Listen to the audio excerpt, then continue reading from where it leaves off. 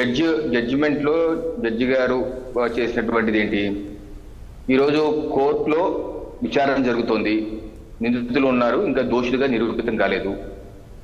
కానప్పటికీ ఫలానా వ్యక్తి వైఎస్ అవినాష్ రెడ్డి చంపేశారు అని విజువల్స్ నాకు చూపించారు.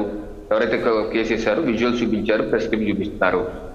అలాగే అతను సహకరించింది ముఖ్యమంత్రి జగన్మోహన్ రెడ్డి ఇస్తున్నారు అని అంటున్నారు.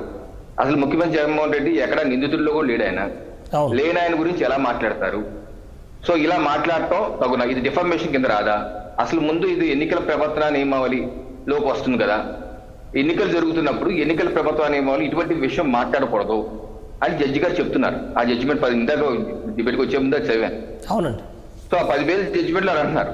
సో ఇప్పుడు మామూలు రోజులు వేరు, ఎన్నికల ప్రవర్తన నియమావళి వచ్చినప్పుడు వేరు.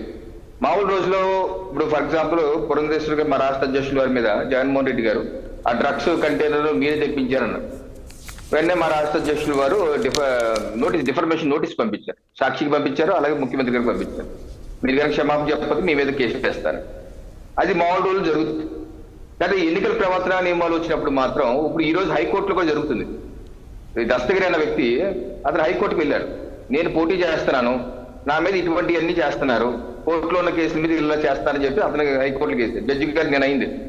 నిన్న జడ్జి గారు ఏమన్నారు? ఎలక్షన్ కమిషన్ ఆఫ్ ఇండియాకి నోటీస్ ఇచ్చారు. అడిగారు లాయర్ని, మీరు కంప్లైంట్ ఇచ్చారు అంటున్నారు కదా, మీకు మీరేం చర్యలు తీసుకోలేదు అంటున్నారు సీఈఓని, రాష్ట్ర ఎన్నికల అధికారిని అడిగారు. ఏం చర్యలు తీసుకున్నారు, మీరు చర్యలు తీసుకున్నారా తీసుకోలేదా చెప్పండి అంటే, మాకు కొంత వ్యవధి ఇవ్వండి, ఏం చర్యలు తీసుకుంటామో చెప్తాం అన్నారు. అది ఏప్రిల్ 23కి వాయిదా వేస్తారు. ఈరోజు ఎన్నికల ప్రవర్తన ఏమో వచ్చేసరికి మొత్తం మారిపోతాడు.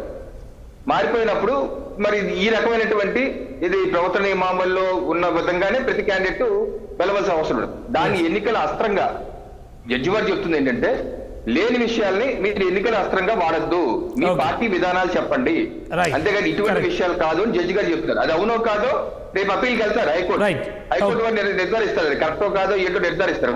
వరకు ఇచ్చినటువంటి జడ్జిమెంట్ లో సారాంశం మాత్రం అది.